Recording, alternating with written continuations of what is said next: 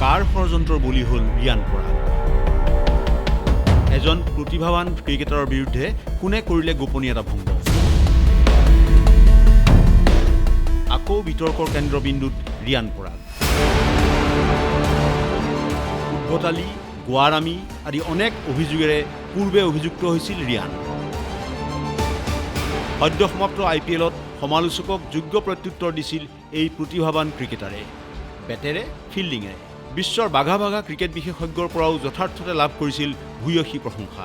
অনেক বিশ্লেষকৰ বাছনিত IPLৰ শ্ৰেষ্ঠ দলত লাভ কৰিছিল ৰিয়ানে। ESPNৰ শেহতীয়া তালিকাও ইয়াৰ এটা নিদৰ্শন। সেই ৰিয়ানৰ বিৰুদ্ধে এইবাৰ গা কৰি উঠিছে আন এক বিতৰ্ক। এক লাইভ গেমিঙৰ সময়ত ৰিয়ানে অফ কৰা নাছিল ইউটিউবত চাৰ্চ কৰা কিছুমান বিষয়।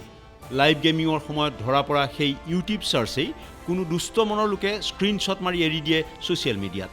তাৰ পাছৰ পৰাই ছ'চিয়েল মিডিয়াত ট্ৰলৰ সন্মুখীন হয় এই যুৱ ক্ৰিকেটাৰ।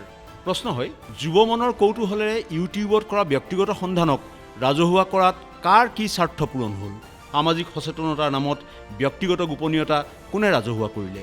এজন প্ৰতিভাৱান খেলুৱৈৰ মাজৰ ক্ৰিকেটীয় সম্ভাৱনাক লৈ যেতিয়া সন্মোহিত দেশ বিদেশৰ ক্ৰিকেট বিশেষজ্ঞ, সেই সময়ত এয়া ৰিয়ানক মানসিকভাৱে জৰ্জৰ কৰি তেওঁৰ ভৱিষ্যত সম্ভাৱনা ধ্বংস কৰাৰ অপচেষ্টা নহয়নে? এতিয়া প্ৰতিজন সজাগ সচেতন লোকৰ মনত দোলা দিছে এই প্ৰশ্নই। স্পৰ্টছ ডেস্ক, দেশ টুডে।